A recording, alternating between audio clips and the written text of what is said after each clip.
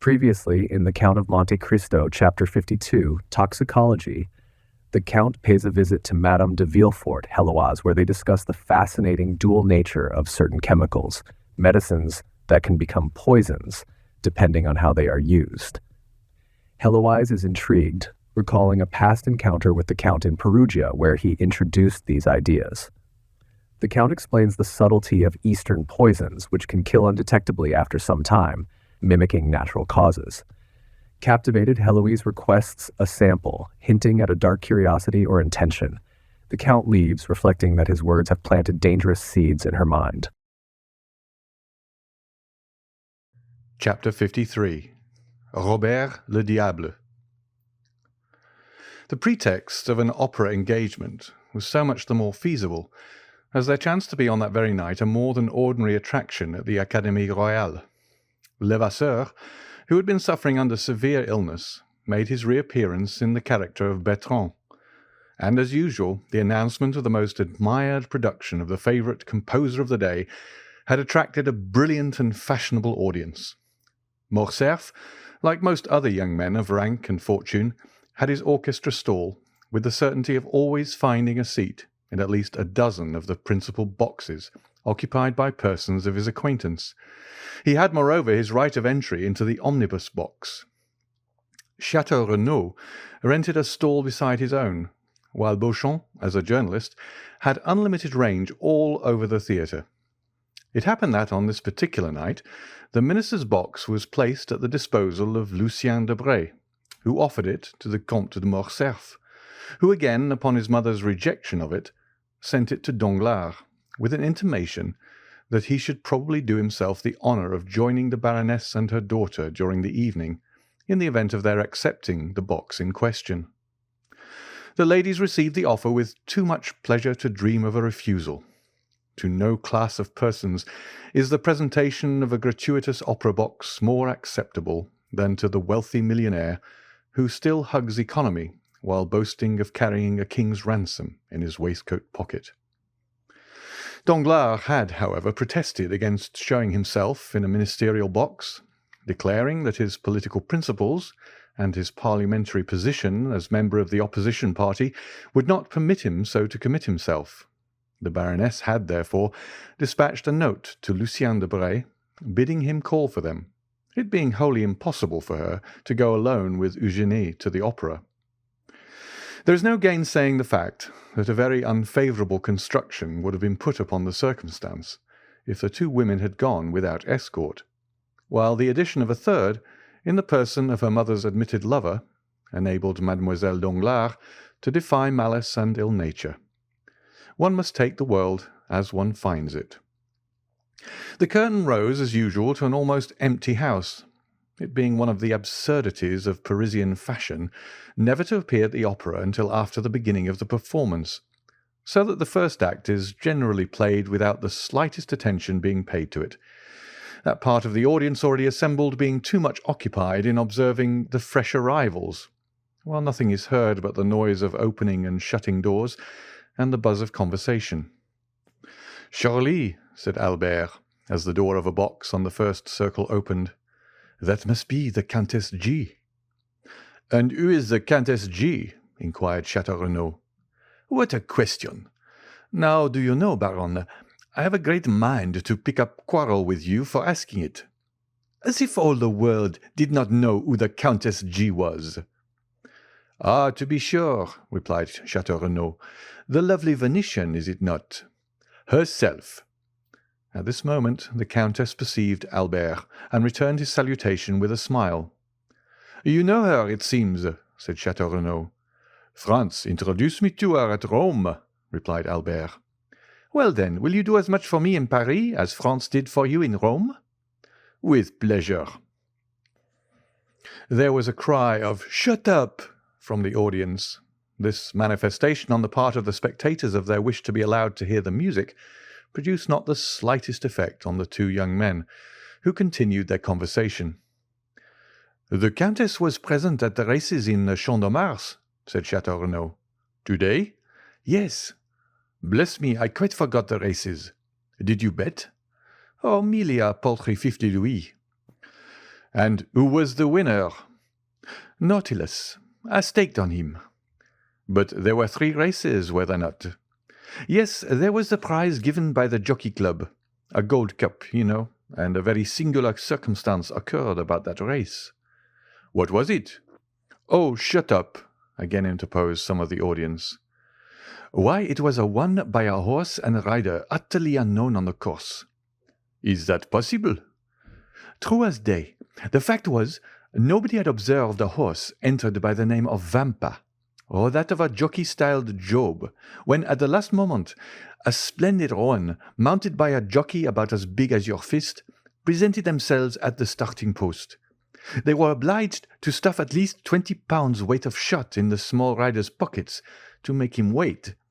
But with all that he outstripped Ariel and Barbar, against whom he ran, by at least 3 whole lengths." "And was it not found out at last to whom the horse and jockey belonged?" "No." "You say that the horse was entered under the name of Vampa?" "Exactly. That was the title." "Then," answered Albert, "I am better informed than you are, and know who the owner of that horse was." "Shut up there!" cried the pit in the chorus, and this time the tone and manner in which the command was given betokened such growing hostility that the 2 young men perceived, for the first time, that the mandate was addressed to them. Leisurely turning round, they calmly scrutinized the various countenances around them as though demanding some one person who would take upon himself the responsibility of what they deemed excessive impertinence. But as no one responded to the challenge, the friends turned again to the front of the theatre, and affected to busy themselves with the stage. At this moment the door of the minister's box opened, and Madame Danglars, accompanied by her daughter, entered, escorted by Lucien Debray, who assiduously conducted them to their seats. "Ha, ha!" said Château Renaud. "Here comes some friend of yours, Viscount. What are you looking at there? Don't you see they are trying to catch your eye?" Albert turned around just in time to receive a gracious wave of the fan from the Baroness. As for Mademoiselle Eugenie, she scarcely vouchsafed to waste the glances of her large black eyes even upon the business of the stage.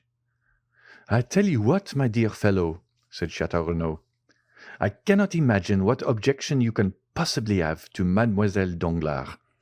That is, setting aside her want of ancestry and somewhat inferior rank, which, by the way, I don't think you care very much about. Now, barring all that, I mean to say, she is a deuced fine girl." "Handsome, certainly," replied Albert, "but not to my taste, which, I confess, inclines to something softer, gentler, and more feminine." "Ah, well," exclaimed Château Renaud, who, because he had seen his 30th summer, fancied himself duly warranted in assuming a sort of paternal air with his more youthful friend.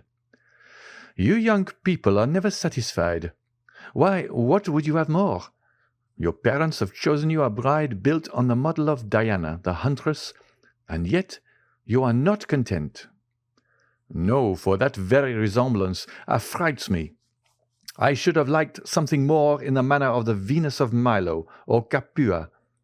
But this chase-loving Diana, continually surrounded by her nymphs, gives me a sort of alarm lest she should some day bring on me the fate of Actaeon." And indeed it required but one glance at Mademoiselle Danglars to comprehend the justness of Morcerf's remark. She was beautiful, but her beauty was of too marked and decided a character to please a fastidious taste. Her hair was raven black, but its natural waves seemed somewhat rebellious. Her eyes, of the same colour as her hair, were surmounted by well-arched brows, whose great defect, however, consisted in an almost habitual frown, while her whole physiognomy wore that expression of firmness and decision so little in accordance with the gentler attributes of her sex. Her nose was precisely what a sculptor would have chosen for a chiselled Juno. Her mouth, which might have been found fault with as too large, displayed teeth of pearly whiteness, rendered still more conspicuous by the brilliant carmine of her lips, contrasting vividly with her naturally pale complexion. But that which completed the almost masculine look Morcerf found so little to his taste was a dark mole of much larger dimensions than those freaks of nature generally are, placed just at the corner of her mouth, and the effect tended to increase the expression of self-dependence that characterized her countenance. The rest of Mademoiselle Eugenie's person was in perfect keeping with the head just described. She, indeed, reminded one of Diana, as Chateau Renaud observed, but her bearing was more haughty and resolute. As regarded her attainments, the only fault to be found with them was the same that a fastidious connoisseur might have found with her beauty, that they were somewhat too erudite and masculine for so young a person. She was a perfect linguist, a first-rate artist, wrote poetry, and composed music. To the study of the latter she professed to be entirely devoted, following it with an indefatigable perseverance, assisted by a schoolfellow, a young woman without fortune, whose talent promised to develop into remarkable powers as a singer. It was rumoured that she was an object of almost paternal interest to one of the principal composers of the day, who excited her to spare no pains in the cultivation of her voice, which might hereafter prove a source of wealth and independence. But this counsel effectually decided Mademoiselle Danglars never to commit herself by being seen in public with one destined for a theatrical life, and acting upon this principle, the banker's daughter, though perfectly willing to allow Mademoiselle Louis d'Armilly, that was the name of the young virtuosa, to practice with her through the day, took especial care not to be seen in her company. Still, though not actually received at the Hôtel Danglars in the light of an acknowledged friend, Louise was treated with far more kindness and consideration than is usually bestowed on a governess. The curtain fell almost immediately after the entrance of Madame Danglars into her box. The band quitted the orchestra for the accustomed half-hour's interval allowed between the acts, and the audience were left at liberty to promenade the salon or lobbies, or to pay and receive visits in their respective boxes. Morcerf and Chateau Renaud were amongst the first to avail themselves of this permission. For an instant the idea struck Madame Danglars that this eagerness on the part of the young viscount arose from his impatience to join her party, and she whispered her expectations to her daughter, that Albert was hurrying to pay his respects to them. Mademoiselle Eugenie, however, merely returned a dissenting movement of the head, while, with a cold smile, she directed the attention of her mother to an opposite box on the first circle, in which sat the Countess G, and where Morcerf had just made his appearance. "So we meet again, my travelling friend, do we?" cried the Countess, extending her hand to him with all the warmth and cordiality of an old acquaintance. "It was really very good of you to recognize me so quickly, and still more so to bestow your first visit on me." "Be assured," replied Albert, "that if I had been aware of your arrival in Paris, and had known your address, I should have paid my respects to you before this. Allow me to introduce my friend, Baron de Chateau Renaud, one of the few true gentlemen now to be found in France, and from whom I have just learned that you were a spectator of the races in the Champ de Mars yesterday." Chateau Renaud bowed to the Countess. "So you were at the races, Baron?" inquired the Countess eagerly. "Yes, madame." "Well, then," pursued Madame G, with considerable animation, "you can probably tell me who won the Jockey Club stakes." "I am sorry to say I cannot," replied the Baron, "and I was just asking the same question of Albert." "Are you very anxious to know, Countess?" asked Albert. "To know what?" "The name of the owner of the winning horse." "Excessively.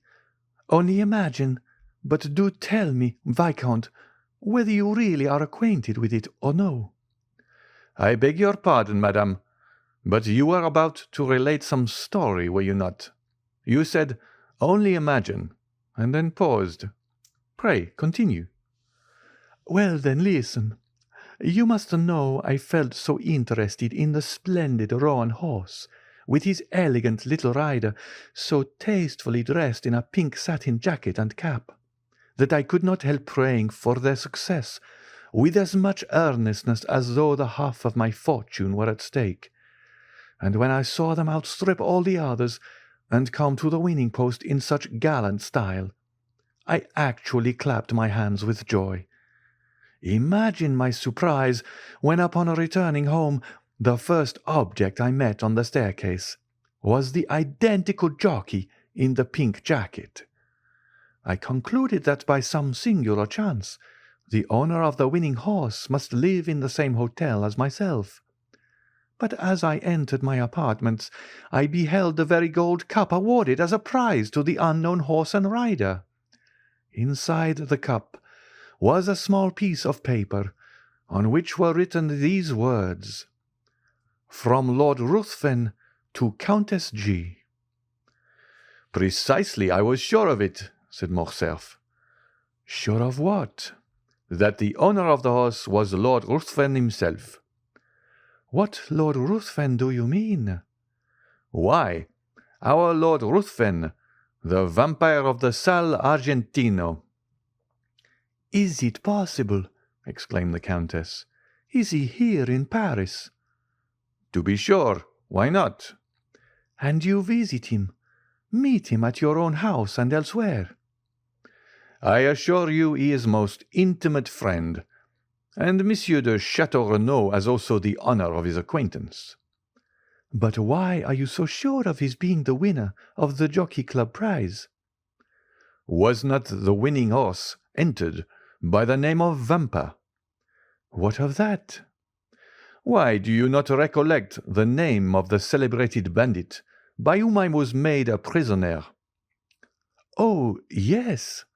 "And from whose hands the Count extricated me in so wonderful a manner?" "To be sure, I remember it all now." "He called himself Vampa. You see, it's evident where the Count got the name." "But what could have been his motive for sending the cup to me?" "In the first place, because I had spoken much of you to him, as you may believe, and in the second, because he delighted to see a countrywoman take so lively an interest in his success." "I trust and hope you never repeated to the Count all the foolish remarks we used to make about him." "I should not like to affirm upon oath that I have not. Besides, his presenting you the cup under the name of Lord Ruthven—" "Oh, but that is dreadful. Why, the man must owe me a fearful grudge." "Does this action appear like that of an enemy?" "No, certainly not." "Well, then—" "And so he is in Paris?" "Yes." "And what effect does he produce?" "Why," said Albert, "he was talked about for a week. Then the coronation of the Queen of England took place, followed by the theft of Mademoiselle Mars's diamonds, and so people talked of something else." "My good fellow," said Château Renaud, "the Count is your friend, and you treat him accordingly. Do not believe what Albert is telling you, Countess. So far from the sensation excited in the Parisian circles by the appearance of the Count of Monte Cristo having abated, I take upon myself to declare that it is as strong as ever. His first astounding act upon coming amongst us was to present a pair of horses worth 32,000 francs to Madame Danglars. His second, the almost miraculous preservation of Madame de Villefort's life. Now it seems that he has carried off the prize awarded by the Jockey Club. I therefore maintain, in spite of Morcerf, that not only is the Count the object of interest at this present moment, but also that he will continue to be so for a month longer if he pleases to exhibit an eccentricity of conduct which, after all, may be his ordinary mode of existence." "Perhaps you are right," said Morcerf. "Meanwhile, who is in the Russian ambassador's box?" "Which box do you mean?" asked the Countess. "The one between the pillars on the first tier. It seems to have been fitted up entirely afresh." "Did you observe anyone during the first act?" asked Chateau Renaud. "Where?" "In that box." "No," replied the Countess. "It was certainly empty during the first act." Then, resuming the subject of their previous conversation, she said, "And so you really believe it was your mysterious Count of Monte Cristo that gained the prize?" "I am sure of it." "And who afterwards sent the cup to me?" "Undoubtedly." "But I don't know him," said the Countess. "I have a great mind to return it." "Do no such thing, I beg of you. He would only send you another, formed of a magnificent sapphire or hollowed out of a gigantic ruby. It is his way, and you must take him as you find him." At this moment the bell rang to announce the drawing up of the curtain for the second act. Albert rose to return to his place. "Shall I see you again?" asked the Countess. "At the end of the next act, with your permission, I will come and inquire whether there is anything I can do for you in Paris." "Pray take notice," said the Countess, "that my present residence is 22 Rue de Rivoli, and that I am at home to my friends every Saturday evening. So now you are both forewarned." The young men bowed and quitted the box. Upon reaching their stalls, they found the whole of the audience in the parterre standing up and directing their gaze toward the box formerly possessed by the Russian ambassador. A man of from 35 to 40 years of age, dressed in deep black, had just entered, accompanied by a young woman dressed after the Eastern style. The lady was surpassingly beautiful, while the rich magnificence of her attire drew all eyes upon her. "Hullo," said Albert. "It is Monte Cristo and his Greek." The strangers were indeed no other than the Count and Haydée. In a few moments the young girl had attracted the attention of the whole house, and even the occupants of the boxes leaned forward to scrutinize her magnificent diamonds. The second act passed away during one continued buzz of voices, one deep whisper intimating that some great and universally interesting event had occurred. All eyes, all thoughts were occupied with the young and beautiful woman, whose gorgeous apparel and splendid jewels made a most extraordinary spectacle. Upon this occasion an unmistakable sign from Madame Danglars intimated her desire to see Albert in her box directly the curtain fell on the second act, and neither the politeness nor good taste of Morcerf would permit his neglecting an invitation so unequivocally given. At the close of the act he therefore went to the Baroness. Having bowed to the two ladies, he extended his hand to Debray.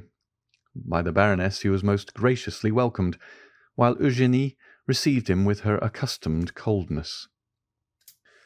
"My dear fellow," said Debray, "you have come in the nick of time. There is Madame overwhelming me with questions respecting the Count.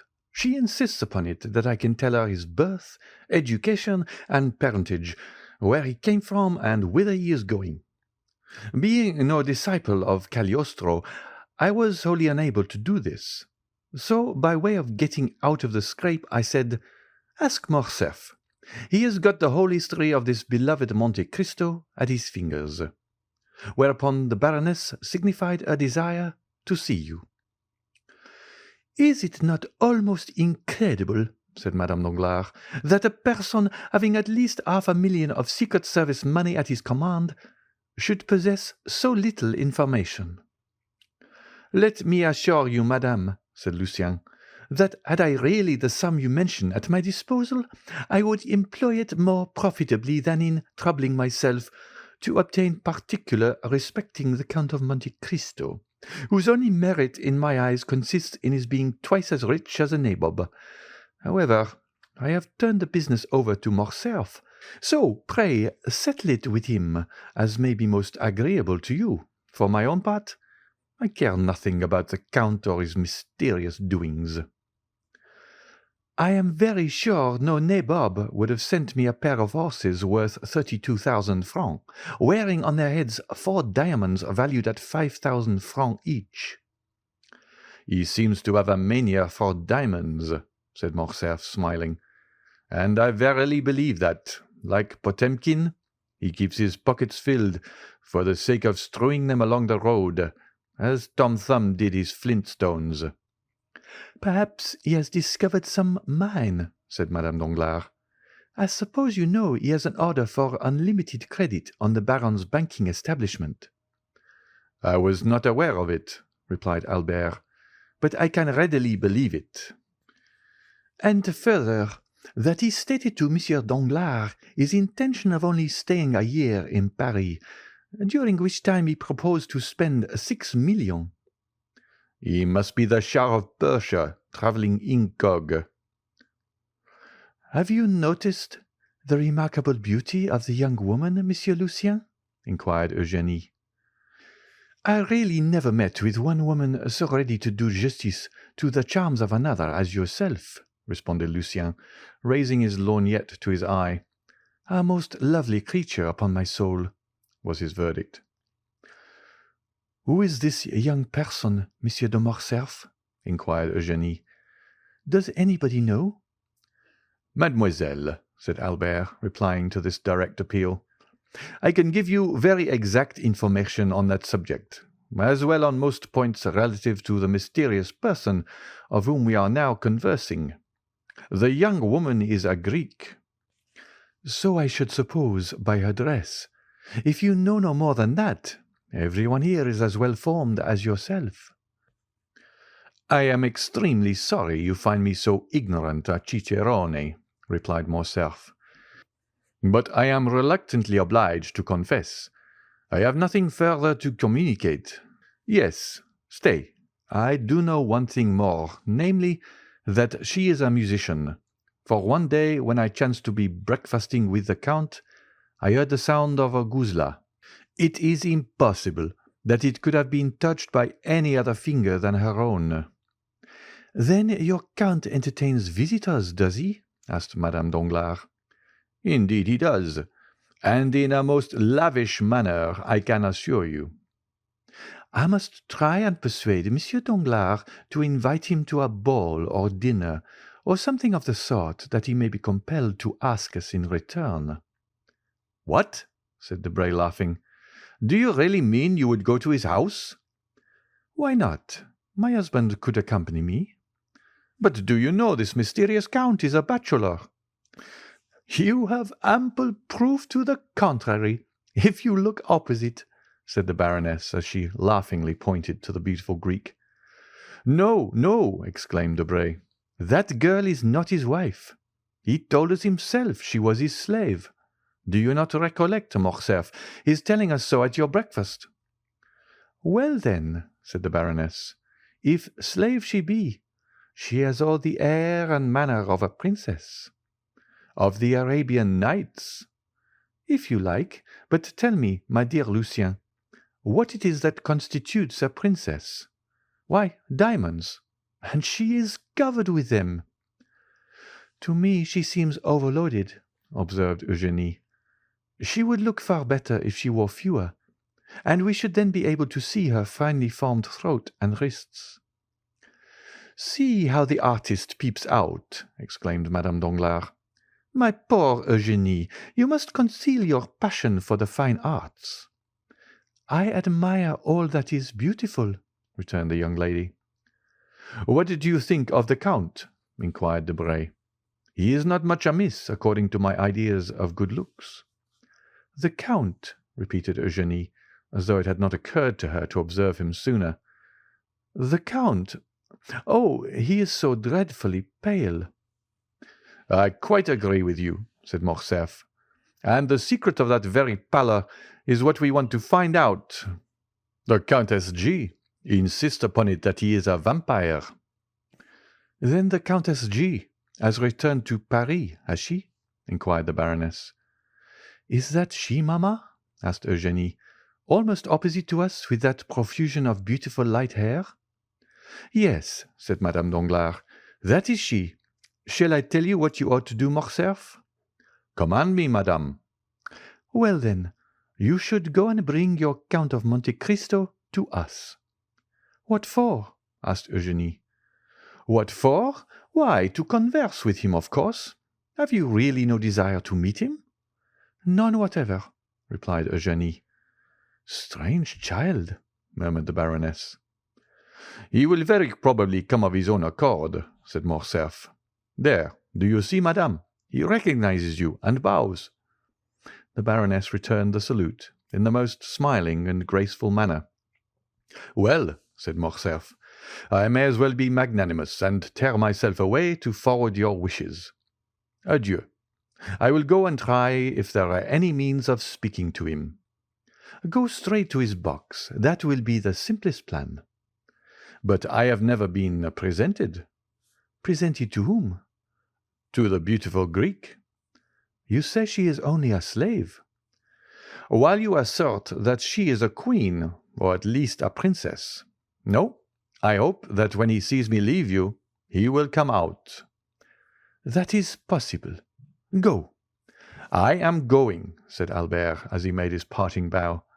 Just as he was passing the Count's box, the door opened, and Monte Cristo came forth.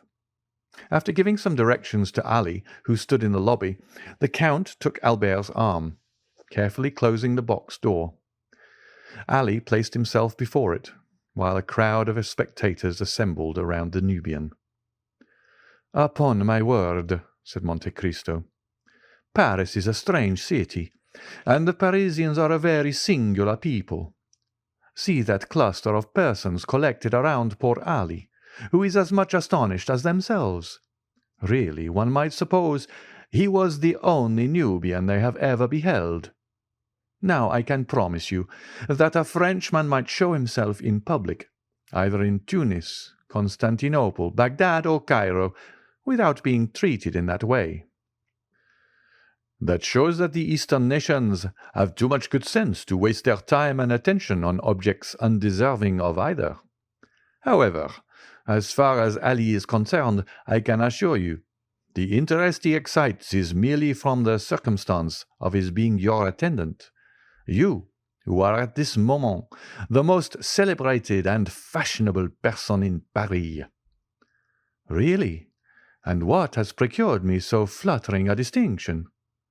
"What? Why, yourself, to be sure. You give away horses worth 1,000 louis. You save the lives of ladies of high rank and beauty. Under the name of Major Brack you run thoroughbreds ridden by tiny urchins not larger than marmot. Then, when you have carried off the golden trophy of victory, instead of setting any value on it, you give it to the first handsome woman you think of."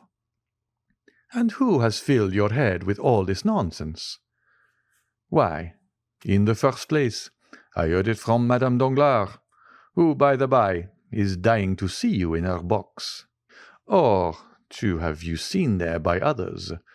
Secondly, I learned it from Beauchamp's journal, and thirdly, from my own imagination." "Why, if you sought concealment, did you call your horse Vampa?" "That was an oversight, certainly," replied the Count.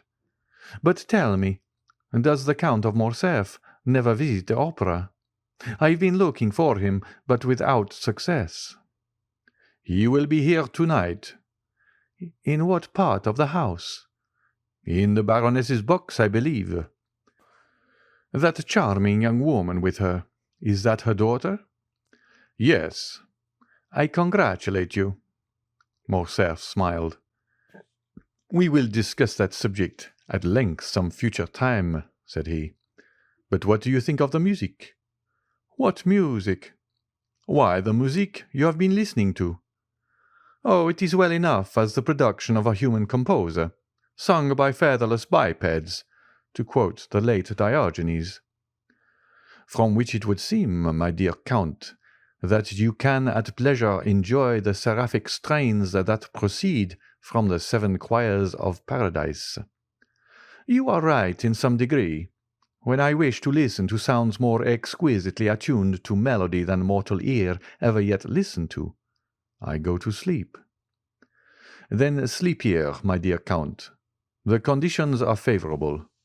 What else was opera invented for?" "No, thank you. Your orchestra is too noisy.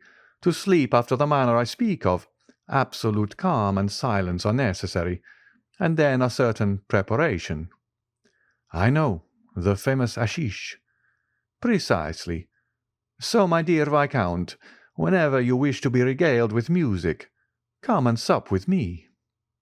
"I have already enjoyed that treat when breakfasting with you," said Morcerf. "Do you mean at Rome?" "I do." "Ah, then I suppose you heard Haydée's guzla. The poor exile frequently beguiles a weary hour in playing over to me the airs of her native land." Morcerf did not pursue the subject, and Monte Cristo himself fell into a silent reverie. The bell rang at this moment for the rising of the curtain. "You will excuse me leaving you," said the Count, turning in the direction of his box. "What? Are you going?"